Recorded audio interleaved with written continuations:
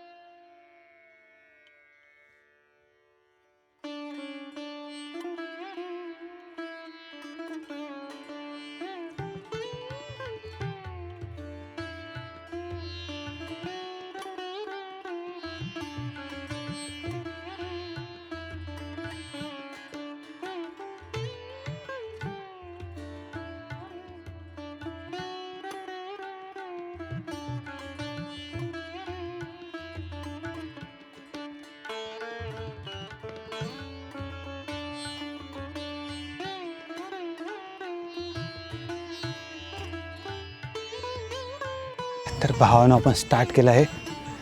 पायऱ्या चढायला टोटल 500 पायऱ्या आहेत. तिथून वरती जायला 10 ते 15 मिनटं लागतात. 10 ते 15 नाही, 20 ते 25 मिनटं लागतात. प्रथमेश 2133 आलात की जात आहे. Okay okay.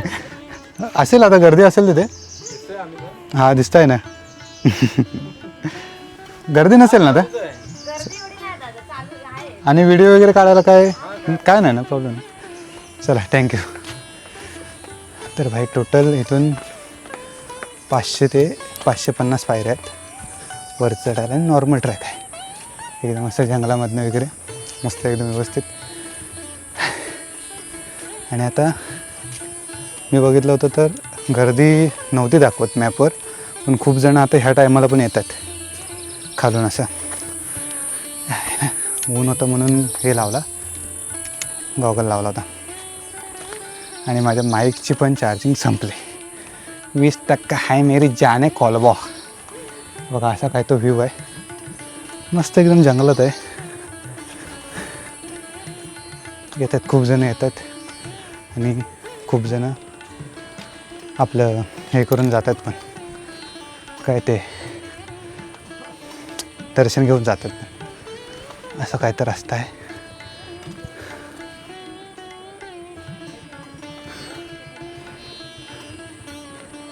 ओके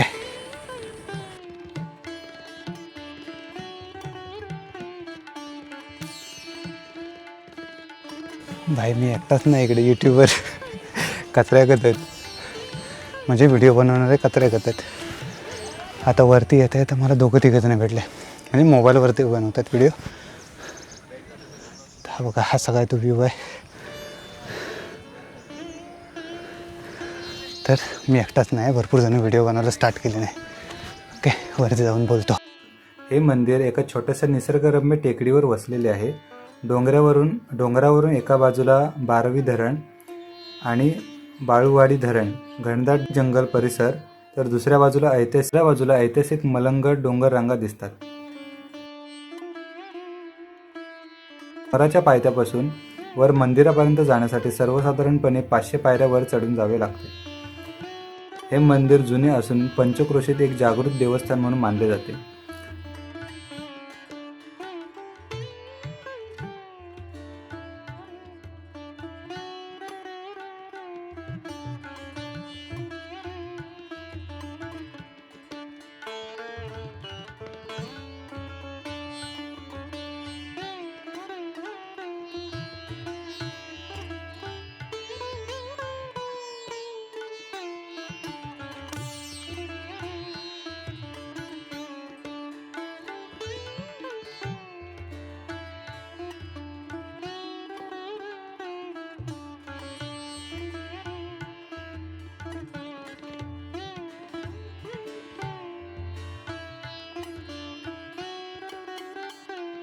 मुख्य गाभाऱ्यात श्री खंडोबा देवाच्या मूर्तीसोबत खंडोबा, मसळा आणि बाणू अशा 3 रूपाचे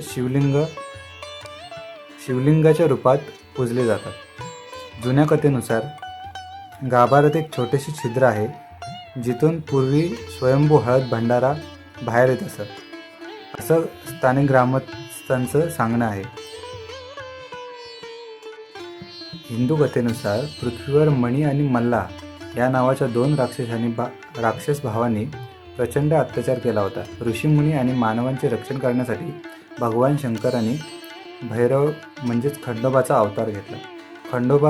खंडोबा देव आणि राक्षसांमध्ये सलग 3 दिवस युद्ध झाले आणि मार्गशीर्ष चंपाषष्ठी या दिवशी खंडोबाने मणीला या 2 भावांचा वध करून धर्माची स्थापना केली. माघ महिन्यात मूळ गावात मोठी वार्षिक यात्रा भरते. यात्रेच्या दिवशी गावात जुन्या हनुमान मंदिरापासून देवाच्या काठ्या आणि पालख्या निघतात. ही पालखी 500 पायऱ्या चढून वर गडावर जाते. तेथील देवाचा अभिषेक होतो, महापूजन होते आणि त्यानंतर पुन्हा ती गावातील सर्व घरं घेण्यासाठी जाते आणि ही परंपरा पिढ्यानपिढ्या जपली गेली आहे.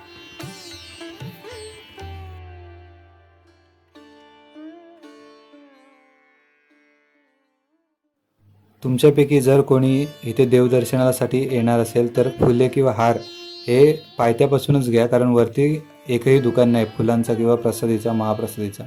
त्यामुळे जे काही पूजेचं सामान आहे ते तुम्ही खालीच म्हणजे मंदिराच्या पायथ्याशीच डोंगराच्या पायथ्याशीच अशी दुकानं आहेत, तिथे घ्या.